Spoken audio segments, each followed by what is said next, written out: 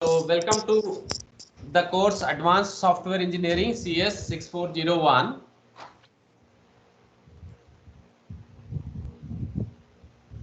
Today's lecture is Introduction to Software and Software Engineering. Organization of this lecture is as follows. Nature of software projects, what is software engineering, how software program is different from software products, software process, and then introduction to life cycle models. Finally, summary. So what is the software? Software consists of computer programs or instructions. Those when gets executed, so it provides us certain desired features, functions and performance. As well as it contains data structures that enable the programs to adequately manipulate information. So you need to have a suitable data structure, then only the programs can manipulate information. As well as you need to have a descriptive information that can be provided in the form of hard copy or soft copy, which describes the operation and use of the programs. So usually it is a user manual. So the characteristics of a software, the first characteristics is software is developed or engineered, but it is not manufactured in the classical sense. Where do we find the manufacturing? So usually hardware products are manufactured. We manufacture hardware products, but we do not manufacture software products. We develop software products. So they both have some sort of similarities, but the activities are very different.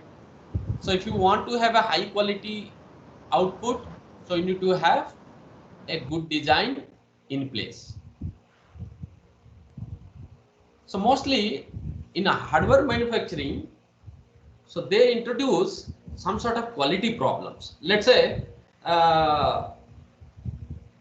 you produce one hardware, you as a company producing hardwares, some hardware product. So in that case, once the hardware product is manufactured, and if you find that product is a faulty one or a defective, so in that case you cannot correct that particular faulty one.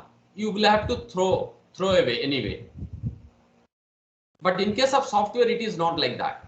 If you get a poor quality software, you have a scope to modify again. So that is the reason why I said you. So these problems, quality problems, can be easily corrected in case of software. Whereas in case of hardware, so they cannot be corrected. Once you produce, so you a faulty one, so that has to be thrown out. And the people who are working in a software development company and the people who are working in a hardware manufacturing company, so they kind of kind of work they do will be entirely different. So in case of software companies, so probably you need very creative people, whereas in case of hardware manufacturing, you need a well-trained professionals.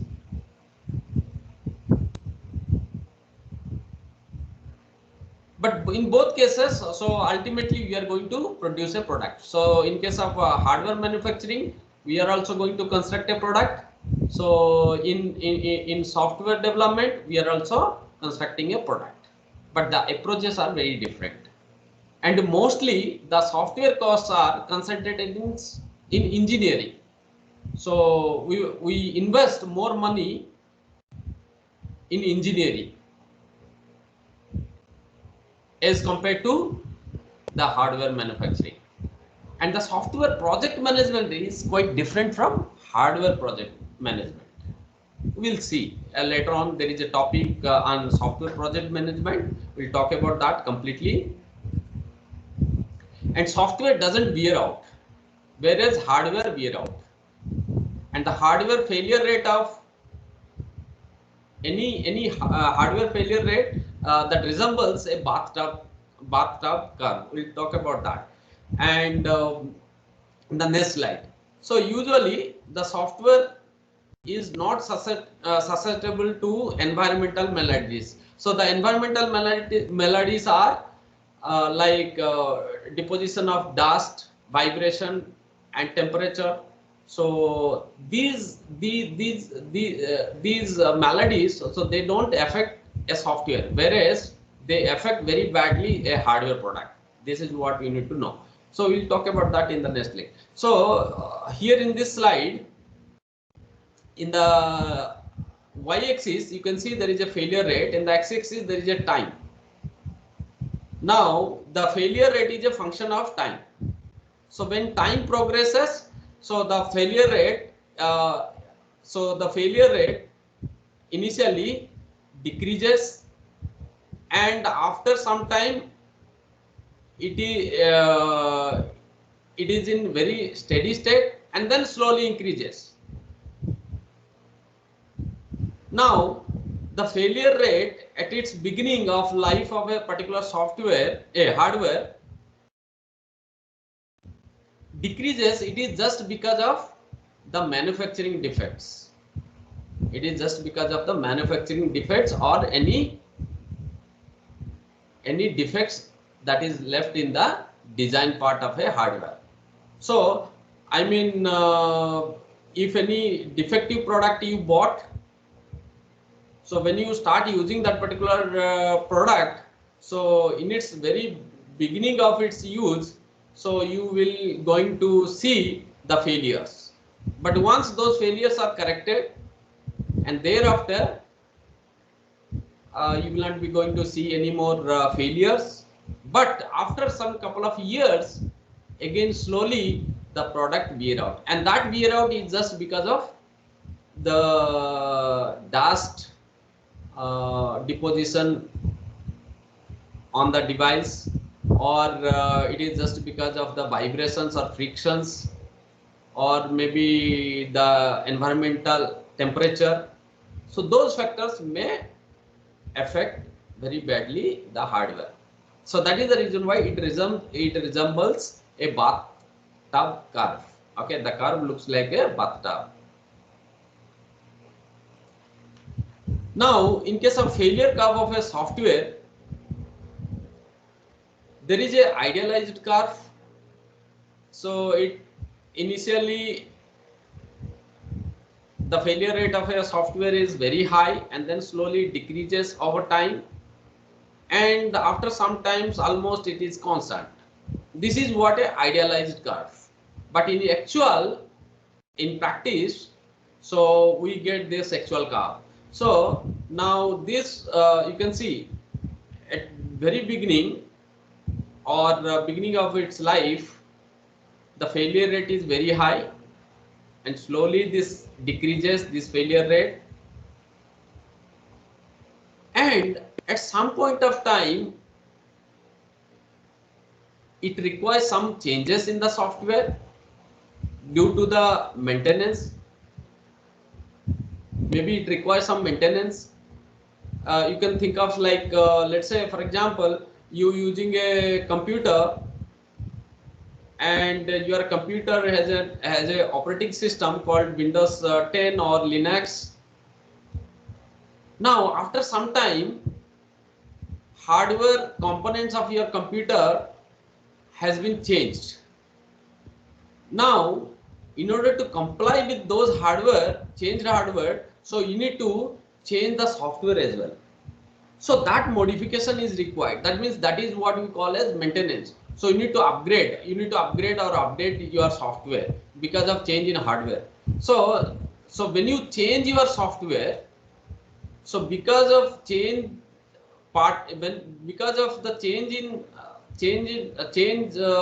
that you made in your software, so obviously there might have some side effects. Because of the side effects, again there will be a failure rate increases. I mean, when you change something in one of the component of a software, so which requires some more changes in other components as well, because other components are also dependent on this component, that component what you are changing. So because of that, you will be going to see again failure rate increased number of failure rate, and this failure rate slowly decreases over time just due to after correcting these failures. And then again after some time again you will make some more changes. It is all just because of the maintenance. So as you make changes in the software, again the failure rate increases, but that failure rate will be decreased slowly just due to the correction, the software that you corrected. Now what is happening here, you are making so many changes in the software, as a result after some time you see whatever the original software that you delivered to the customer in its beginning, now it has been changed completely because you have made so many changes in the software just due to the maintenance. Now this software is no way useful for the customer because you have made so many changes. So that is the reason why the software doesn't wear out, but it does deteriorate. That means it is obsolete after some time. So there are no spare parts. So in case of software, so you do not have a spare part. Whereas in case of hardware, so if one component failed or you find defective, so in that case you can replace that part. But in case of software, so it is not possible. The third characteristic of a software is, now these industries is moving towards a component based construction. Most software continues to be custom built, but in usually in manufacturing industry, so they are going through some sort of component based construction. That means so the components are readily available, so you try to bring all of those components and join those components together and then you make a product. So there may be one best example. Let's say you wanted to create a box, and so in order to construct a box, so you need some let's say for example you need some plates as well as screws. So with the help of these plates and screws you can create a box. Now what I'm saying here is, so these screws are readily available in the market, right?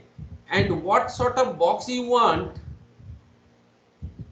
so accordingly you can design the plates.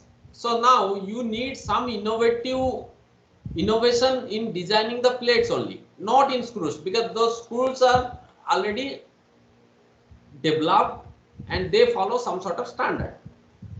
So you no need to concentrate on the screws part, only you need to concentrate on the plates.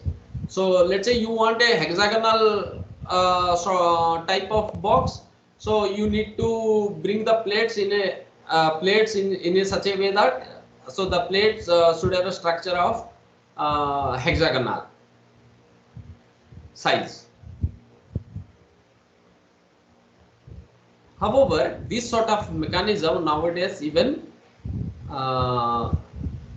started using in software development also.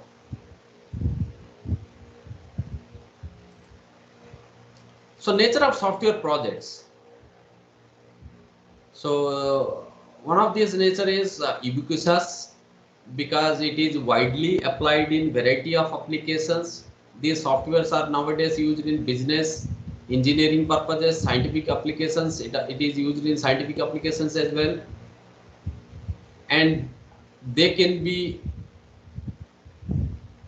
a simple project or it can be a complex project.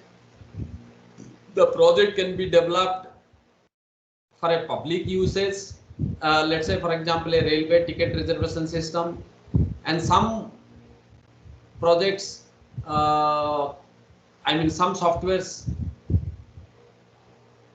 will have only single function, or it might have multiple functions, and some softwares need to be deployed in only one location, and some softwares need to be deployed in across different locations. So let's say one distributed application is a banking application. So there are various banks. So they are using some sort of software, and that software keep track of all transactions being carried out all over the country. So they need some sort of software that can be classified as a distributed application, and it can be a real-time batch system also, software system, or it can be an informational software. That means the software is developed, the software which is developed is going to give you some sort of information. Maybe you develop a software for mission critical applications like missiles. One example is a mission critical example is a missile. So you develop some software for a missile. Now there are some major challenges in large projects. So when you are going to develop any large project, so we face these are different challenges. The first challenge here is effort intensive, because you require more effort. That means more people need to work over longer time. So high cost, the cost is very high for these projects. Long development time, usually it takes couple of years. Sometimes large projects, in order to develop a large project, it takes a couple of years. And there is a important challenge, changing needs for users. Like the requirements are changing over time for users. High risk of failure.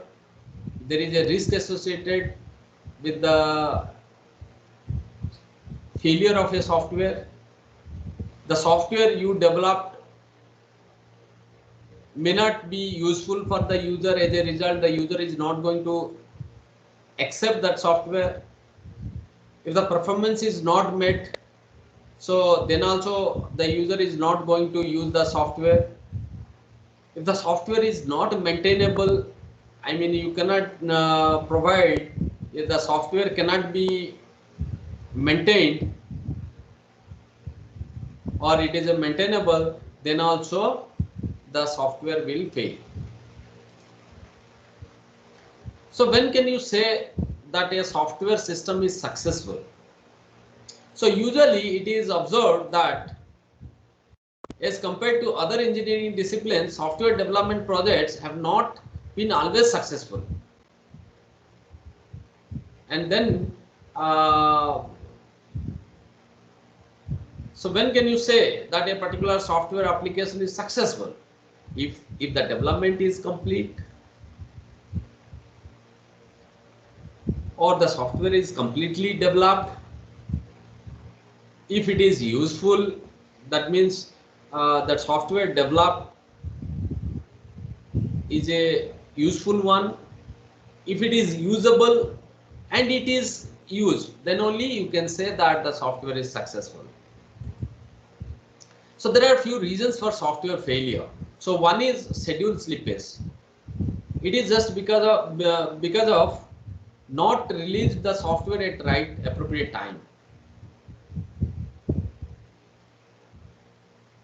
I mean, the software developer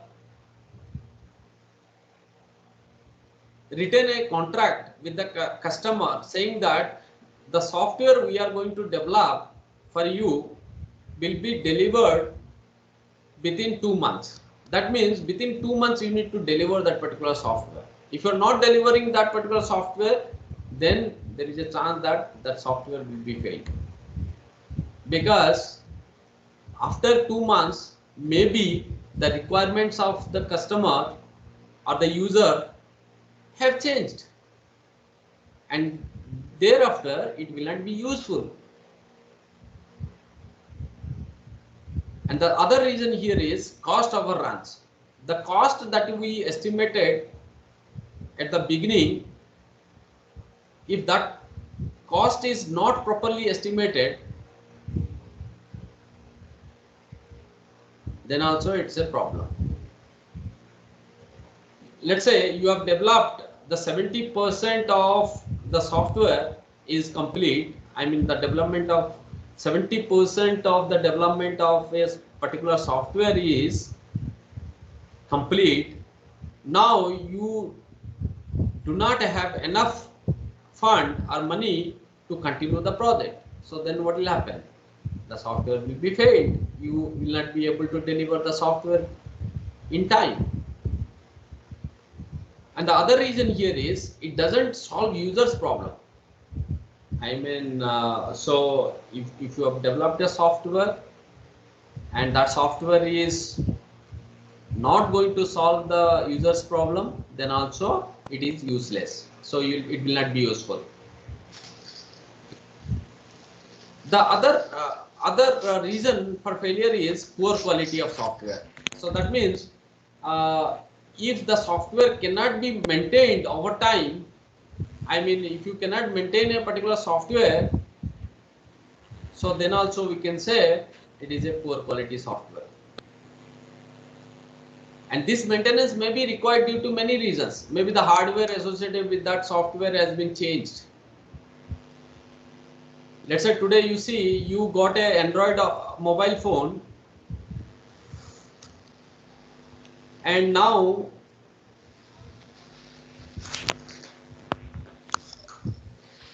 if you go with a if you have installed a very old operating system in that new mobile phone, what will happen? You will not be going to see you will not be going to see that desired performance.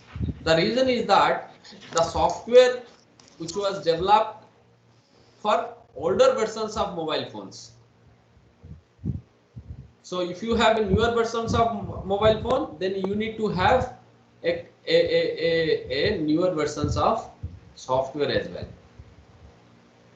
And let's say, for example, you got a very new mobile phone, but in that you have installed a older version of a operating system.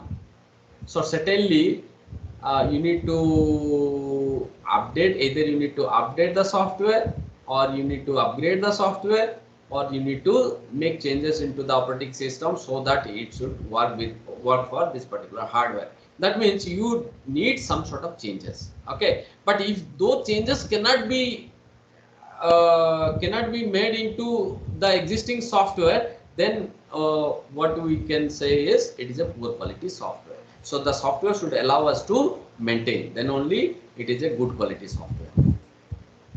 Now, because of this ad hoc software development, where we do not have any sort of planning, that means you do not have any milestones.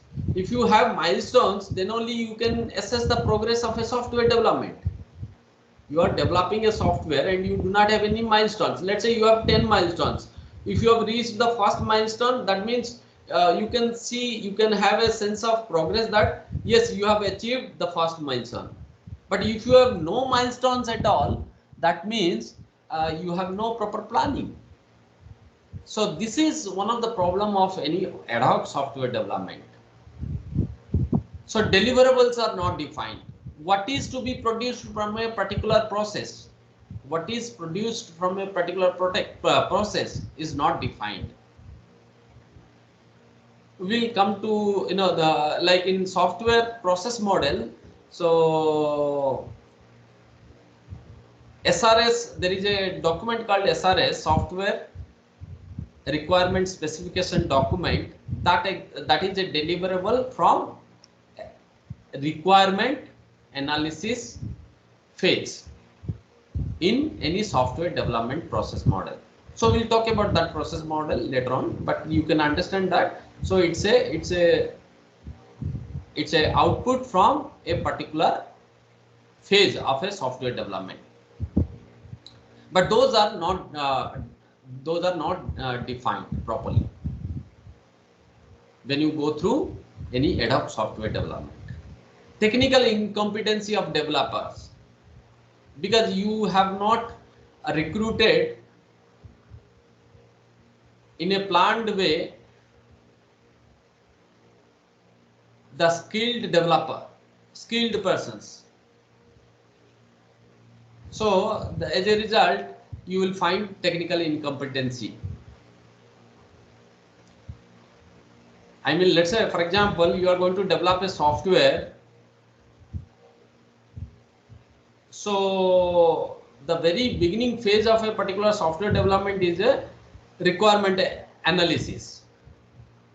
So usually these requirement analyses are done by a software analyst.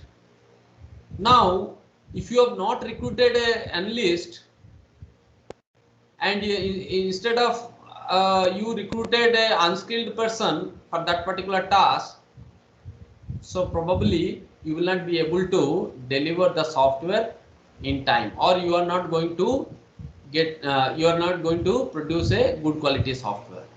So no control over review. That means, so you do not apply any strategy, or you never going to review the progress of the software.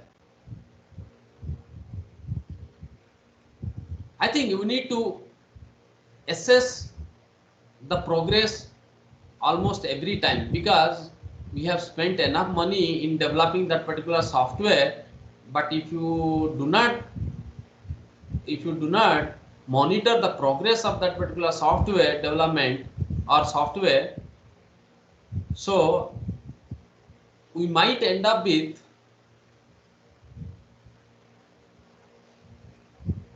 software failure. And also poor understanding of user requirements. You do not have proper understanding of the user requirements, because you have not discussed with the user, and you have not collected the requirements properly. That is the reason why you may end up with a poor understanding of the user requirements. Poor understanding of cost, because you have not applied any sort of proper estimation technique or effort estimation. You have not done the effort estimation prior to start of development of your project. So these are the various problems that we see in case of ad hoc software development. Now, what is engineering? So usually large projects such as bridges, dams, power plants, missiles, so they are actually a very large projects. And if you want to develop these projects, you usually need some sort of engineering. So engineering, you need an engineering solution to design and develop an artifact that meets specifications effectively, cost effectively, and ensuring the quality using scientific principles. Whenever you want to develop any dam, so you need to get the specifications properly, and then you need to meet those specifications effectively.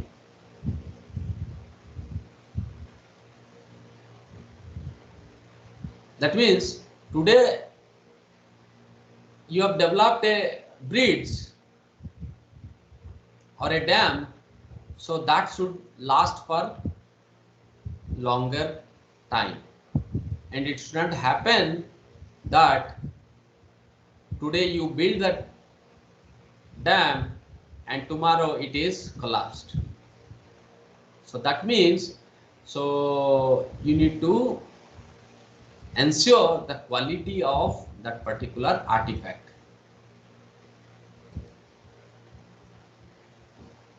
So any engineering discipline requires well-defined approaches, That means something it is repeatable, predictable. So that means today you have developed a bridge using a some sort of approach. Now tomorrow you wanted to develop another bridge in some other location, similar sort of project if you want to develop, so that you can easily repeat that particular approach. And also it should be predictable. I mean, now you can think of something like this. So let's say, for example,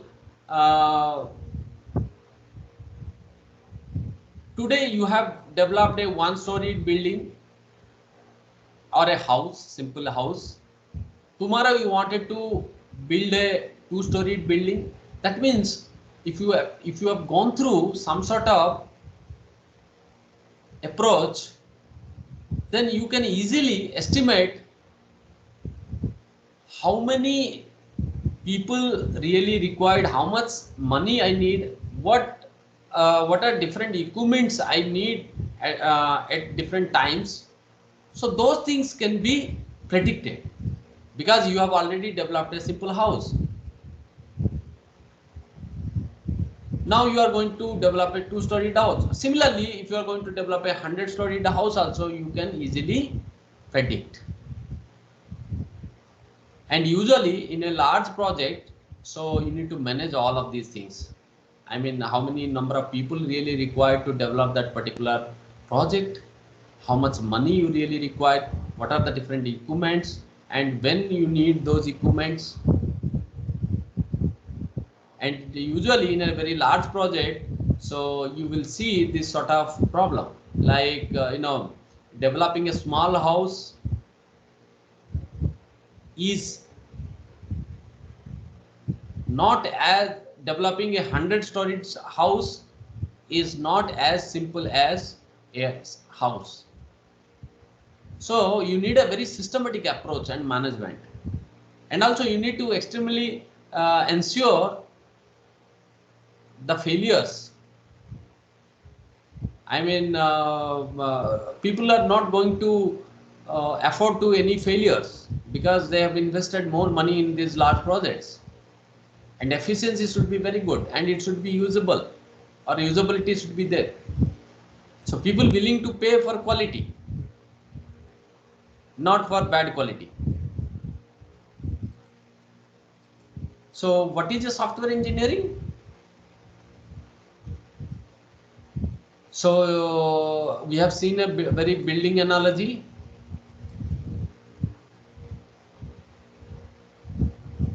So it's a systematic collection of past experience.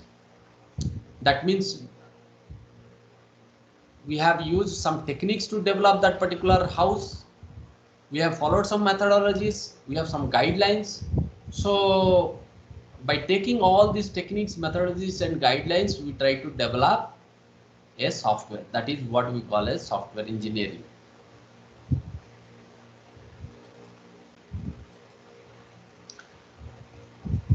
So these are the engineering practices. So that means heavy use of past experience.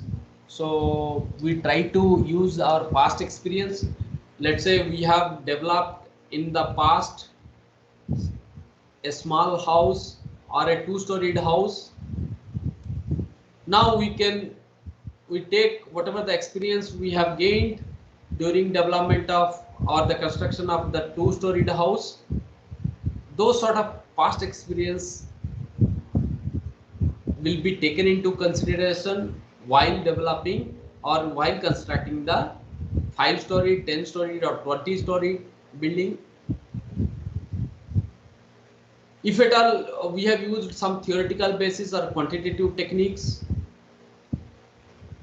so they will be used. Many are just thumb rules. That means we go by some thumb rules. I mean, let's say for example, while constructing a house, so mostly the workers So they may not be knowing what is the strength of a particular tile, but still they will say that yes, we need to place these tiles in this way, in this fashion, so that they follow some sort of thumb rules. Okay.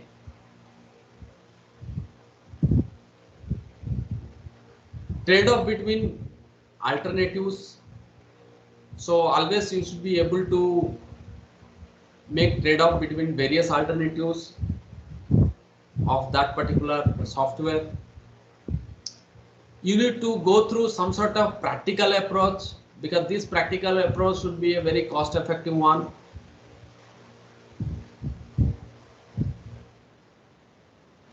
And now we'll see something called software crisis.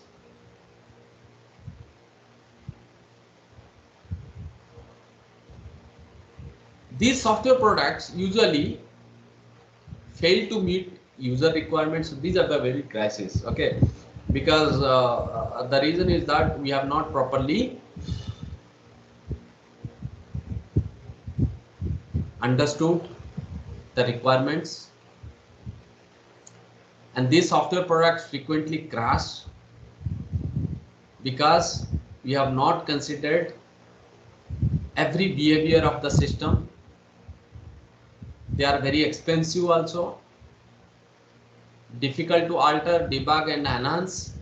So it's very difficult for us to change, or in case if there is any bug, so it is very difficult for us to correct that particular bug, and sometimes it is very difficult for us to enhance those softwares, and they are often delivered late also. I mean, we as per the contract, so because we say the software need to be delivered within 1 month, but we unable to deliver those software within 1 month. Instead, we deliver it lately. So these are all various crises, and use resources non-optimally. So that means so the resources are not properly utilized by these softwares. So these are the various crises. Now you can see hardware cost to software cost. So if you see this hardware cost to software cost slowly decreases year by year, and this is just because of the software cost is increasing. Because the software cost is increasing, that is the reason why you see there is a overall relative hardware to software cost is decreasing.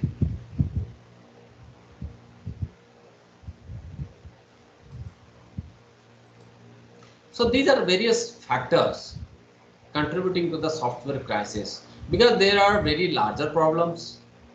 Actually, these softwares are exactly going to solve these large problems, but we lack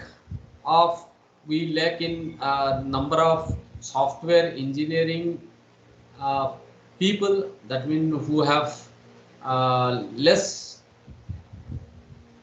amount of training taken, increasing skill shortage, that means we have very shortage of skilled labor in this field, low productivity improvements. That means so the productivity improvements we see here in this field is very low. That is the reason why so we often get up we often face this software crisis. Now we try to compare. So we all know software programs, and now how it is different from a software product. Usually when you talk in the left side, we talk about the programs, the right column talks about the software products.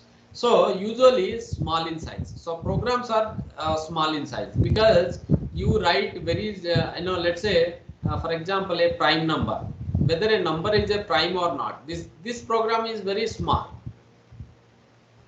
Okay, but whereas in case of software products, so it is very large. That means so a large product a large software product can contain many programs.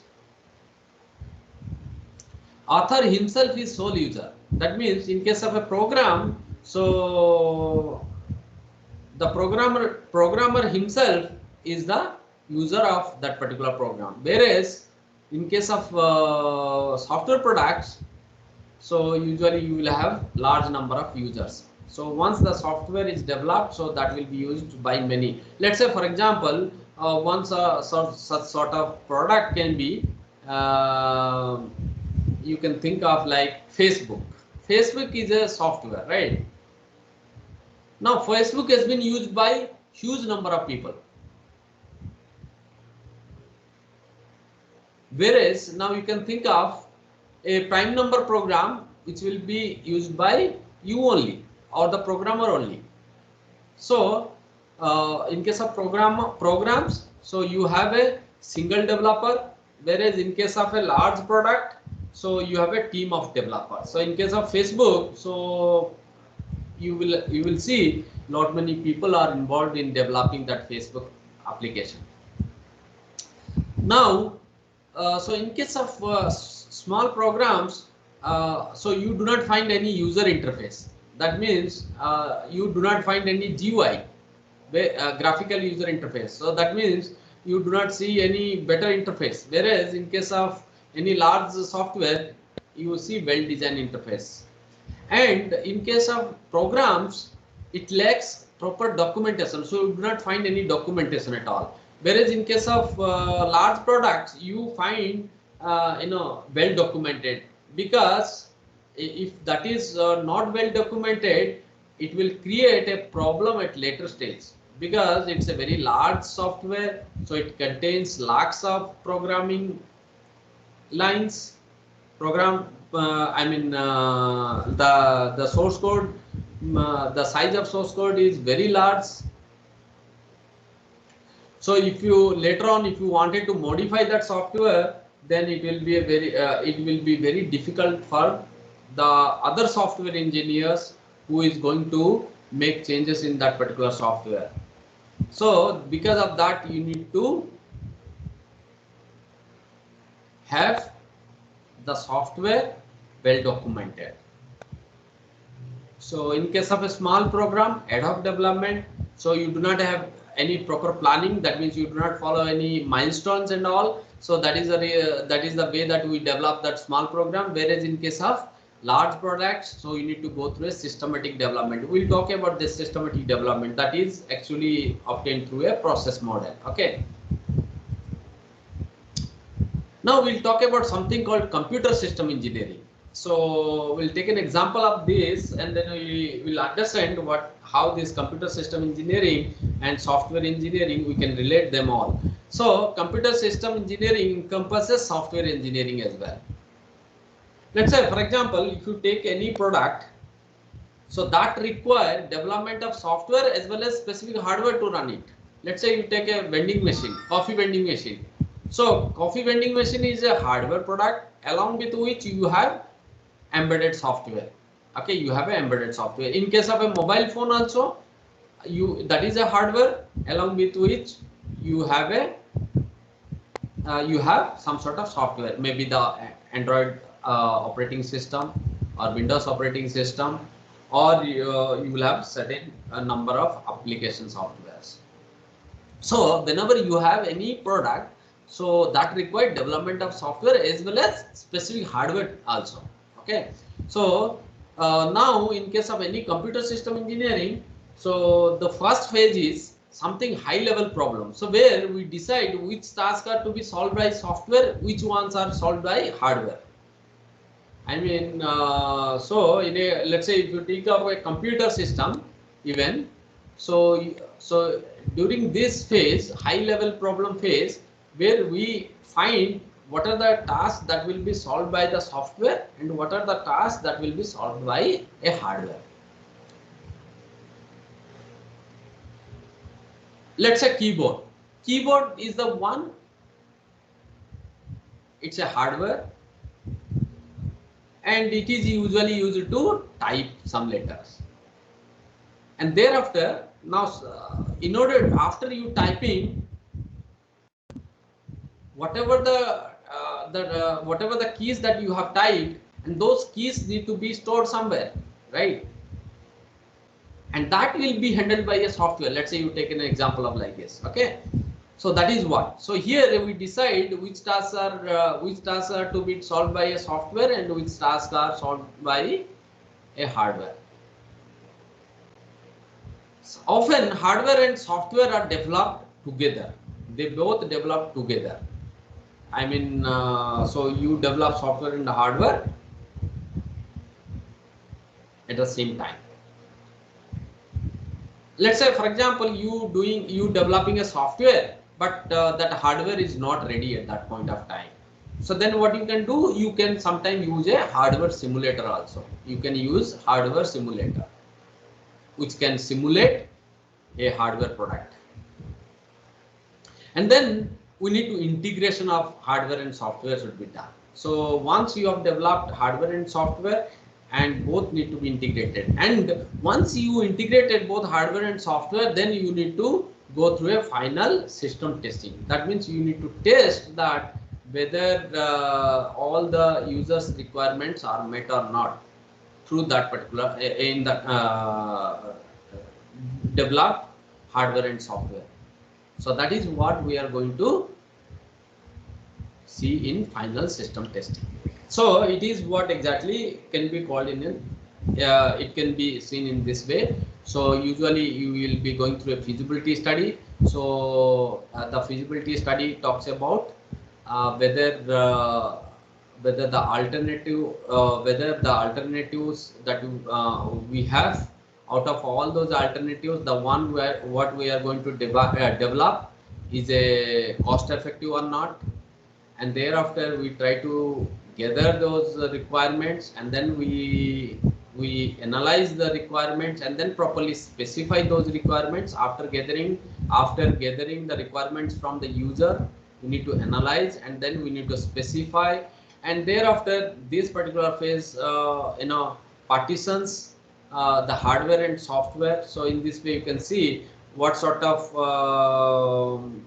what sort of tasks need to be solved by a hardware and what sort of tasks need to be solved by a software. So that will be classified, and after that you going through a hardware development, at the same time you going through a software development.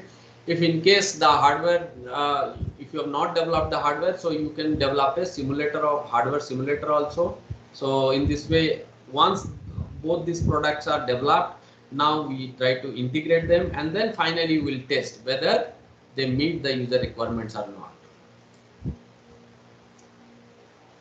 So often in very large projects, so you need to see that these are whether the standards, regulation, conventions need to be followed.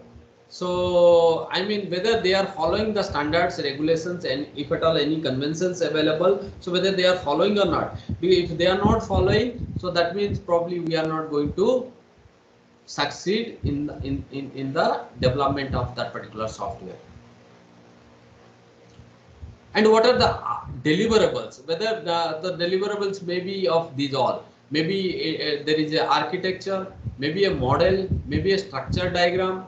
We'll talk about all these structure diagram, architecture and model, and maybe in the next slides.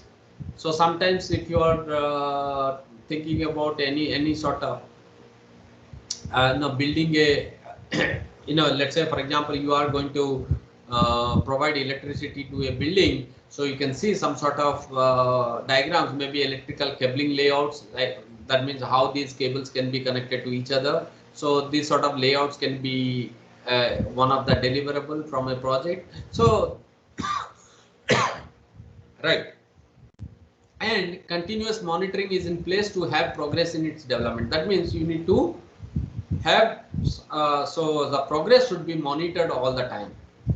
It is difficult to assess the progress because it doesn't have any physical dimension. In case of software, you cannot see some sort of physical dimensions. Like in case of building, let's say for example, so you need to develop a 4-storied building. So there is a physical dimension, right? So that means if you have, let's say you have developed the ground floor first.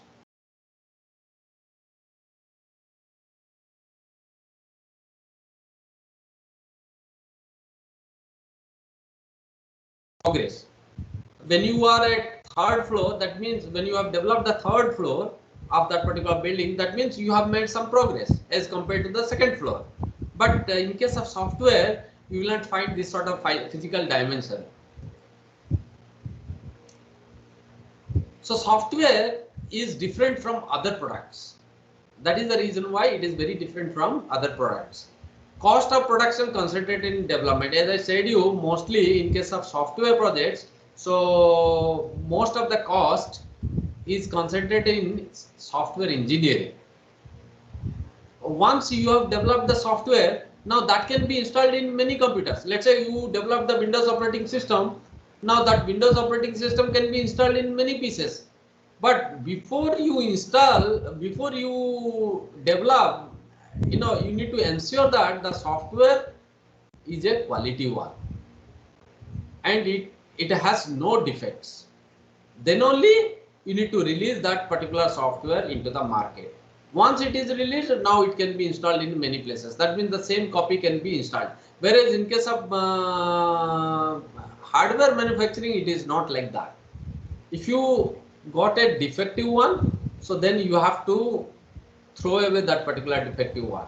Here what you can do is you can modify accordingly, and then you can come up with what is desired one. And then only once you got a quality software, then now you can install it on various places. Maintenance consists of making corrections and enhancing or adding functions. So usually any large software projects, usually we go through some sort of maintenance, okay? Because through this maintenance phase only we try to correct the errors or the bugs, as well as if at all any enhancement is required, that means you wanted to add some features into the existing software, so those things can be done through maintenance phase only. So progress in development is difficult to measure, as I said you already. So because software has no physical dimension, so it is very difficult for us to sense the progress. So apply engineering approach. So that means when you are going through any engineering approach, so we usually go through all these phases or the steps. So hence planning and control even more important in software development. So we need to go through software planning and control, progress control, attempt estimate and cost, attempt estimate cost or effort. So we need to estimate the cost or effort prior to start of this software development. So we need to plan and schedule the work. I mean, we need to schedule that what tasks need to be solved by what time. So particularly developing a large software involves many number of tasks. So which tasks need to be solved at what point of time should be taken care. Involve user in defining requirements. So you need to you should define the requirements, you need to define the requirements without any ambiguity. Identify stages in development. We need to identify what are the different phases that will be required in a development. Like as we said, as we have seen in case of computer system engineering, we have seen there is a feasibility, and thereafter we have seen analysis, and thereafter design, this sort of, and thereafter development. So similarly, we need to identify here also in software development also, we need to identify different stages. So define clearly the milestones so that the progress can be measured. So we need to define the milestones also. Schedule reviews both for control and quality. So I mean, you always need to schedule certain number of reviews. So that is the only way that you will be able to achieve better quality software. If you do not review what you are doing, that means you are not going towards a development of a quality software. Define deliverables. You need to define the deliverables also. Plan extensive testing. So you need to, before you deliver that particular product, you need to test that particular product. You need to go through extensive testing, then only you need to deploy that particular product. So we need to put all these in the form of process. That is what we say. So whatever I said you, so planning, we need a planning, scheduling, defining of requirements, identifying different states, milestones, and the reviewing process, and deliverables, testing. So these all things should be put in a form of process, and we use this as an engineering approach. So when you apply all of these things, then only we can say that it's a software engineering. If you are not following all these steps, that means we are not going through any sort of engineering approach. Okay, so today we'll stop here. In the next lecture, probably we'll talk about the software process model and all.